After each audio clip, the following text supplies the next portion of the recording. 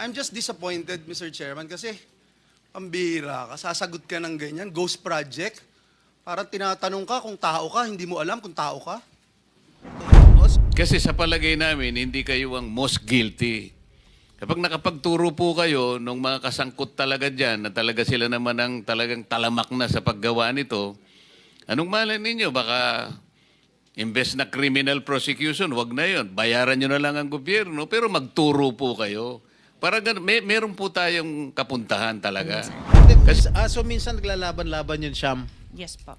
Oh, so that is not a legitimate bidding. Dahil yung Sham na yon na naglalaban-laban sa isang award sa isang kontrata, iisa lang ang may-ari. So kahit sino doon, kahit sinong manalo doon sa bidding na yon, ikaw ang panalo.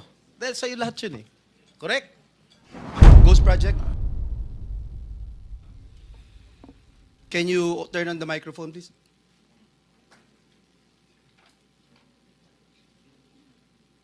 It's a yes or no question, sir. Wow, you're You don't even know? You don't- You're looking for your lawyers? Wow. I invoke my right for self-incrimination, Your Honor. Okay. Ano? Can you repeat your answer? Wow. Can you repeat your answer, Mr. Arevalo? I invoke my right for self-incrimination, Your Honor. My God, the question of the majority floor leader is very simple. It's very simple. Do you have any ghost project in any of the areas here in the Philippines? Answer.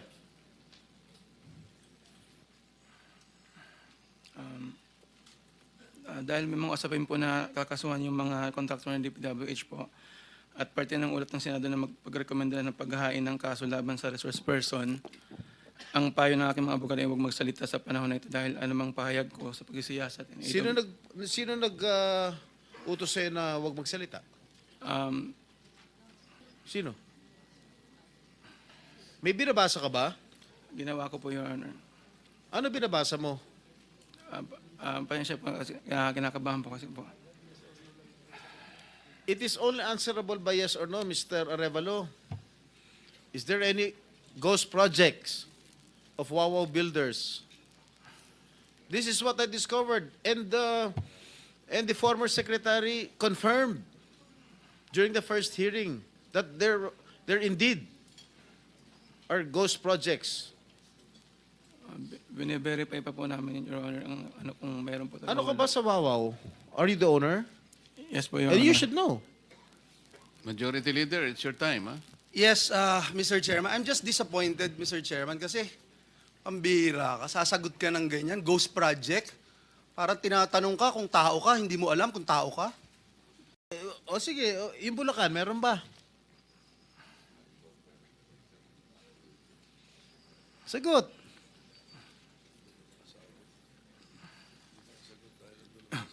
Your Honor.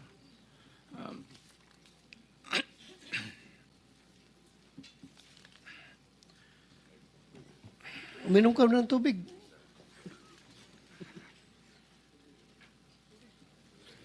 Oh, ilan? Ilan? Di ko pa sigurado, Your Honor. Oh, dito base sa record namin, meron kang 42 projects sa Bulacan. Meron kang 42 projects sa Bulacan. Yung bulk ng na-award na contract sa inyo ng DPWH, ang bulk no nasa Bulacan. 42. Ha? Dalawa sa San Juan. Dalawa yata sa Quezon. Meron sa Ilocos Norte. Meron sa Caloocan. Meron sa Laguna. Yan, Bulacan lahat to. San Juan. Quezon City. Tsaka identical ang presyo, ha? Identical ang mga presyo rito. 77 million, 77 million, 72 million, 72 million. Sino ba? Bakit ganon?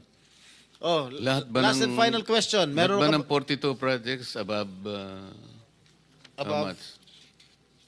Yeah, 42 projects sa Bulacan. Meron 90 million. Kaya nga, above 50? Yes, above 50 million. Lahat. So, Mr. Arevalo, kung 42 projects ito, 42 plunder cases ito eh. Kanina sinasabi namin sa inyo, kung nakikinig po kayo, makikipag-deal kami sa inyo na po pwedeng hindi na kayo ipoprosecute criminally, magturo na lang kayo.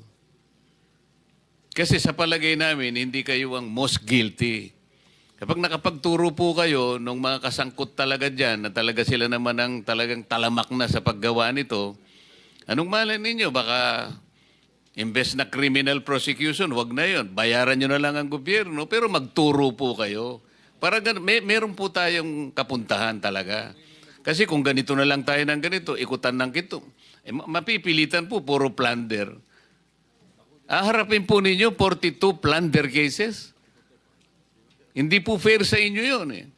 Alam namin, hindi lang kayo ang sangkot dyan. Marami ang kasangkot dyan. Kaya, yung abogado po siguro nag-advise sa inyo kung nakikinig. Tingnan nyo rin po na maganda ring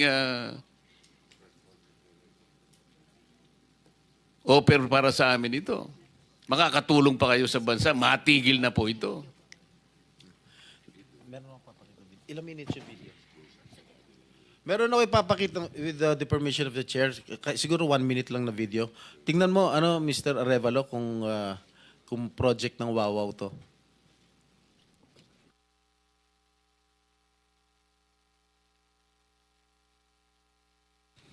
Familiar ka dito? Familiar ka, Mike? Hindi po, Your Honor. Hindi. Dahil, hindi ka nga talaga magiging familiar dahil ghost nga.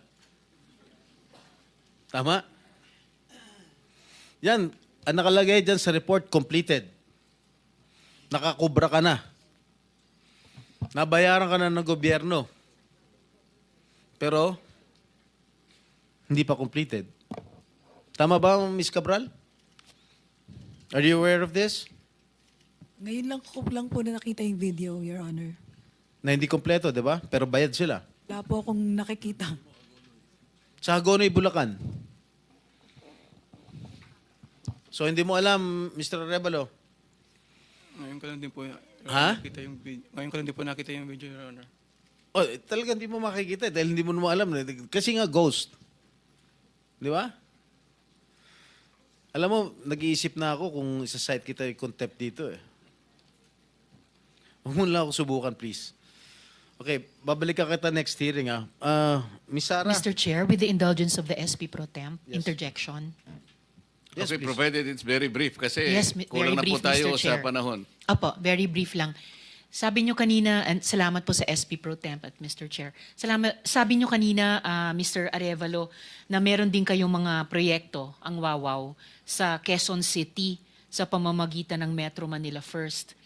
Kasama po ba yon sa dalawa lang sa 254 flood control projects sa Quezon City na may koordinasyon sa LGU ayon kay Mayor Joy Belmonte? Yes po, Your Honor. Yun yun. Yun din, Ano po yun? Yung sa... Isa po, may letter na po dun for termination po. letter for termination. Yun ba yung sa Barangay Mariblo sa Quezon City? 2 pumping stations na nagkakahalaga na 282 million pesos na magkaharap? I-check, yun po, ang di ko po masagot. I-check po namin, Your Honor. Sige po, pakipaalam nyo sa komite namin sa pamamagitan ng aming chair. Salamat, Mr. Chair at SP Pro Thank Tem. you. One last question, Oh, Mr. last Chair. question. Yeah, Mrs. Diskaya, meron bang pagkakataon yung siyam na pag-aari mo ng construction company, meron bang pagkakataon na sila naglalaban sa isang bidding, sa isang kontrata? Hindi po. Sigurado ka? Pag makakuha ako ng record sa Pagpapakaalam ko. DPWH na si St. Timothy, si St. Gerard, si Alpha Phi Omega, sino pa? Si Alpha and Omega and St. Gerard, hindi po sila nagsasali sa isang bidding. Pero Okay yung nga. ibang licenses, magkakasama sila minsan. And then, so minsan naglalaban-laban yun, Sham. Yes po. Oh, so that is not a legitimate bidding. Dahil yung Sham na yon na naglalaban-laban sa isang award sa isang kontrata, iisa lang ang may-ari. So kahit sino doon, kahit sinong manalo doon sa bidding na yon, ikaw ang panalo. Dahil sa'yo lahat yun eh. Correct? Tama?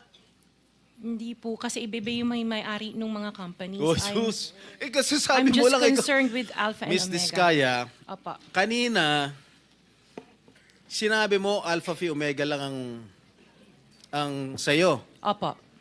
Nung tinanong kita ulit, in-enumerate ko lahat yung siyam na korporasyon, inamin mo sa'yo lahat yun. Oh, di ba? The records will bear me out. Opo. Oh, ngayon, ang tinatanong ko sa'yo, yung bang siyam na korporasyon na yon, Panglimang tanong na. naglalaban-laban ba sa bidding yan? Panglimang Yes tanong po. na yan eh. Sabi mo kanina, last question. Hindi ba sumagot? Ay, sumagot. Oh. Hindi, Yes sagutin po. mo. Opo, sumagot ako. Oh, Opo. naglalaban-laban.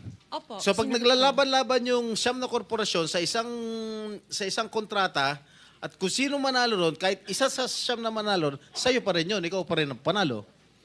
Correct? Opo. Oh.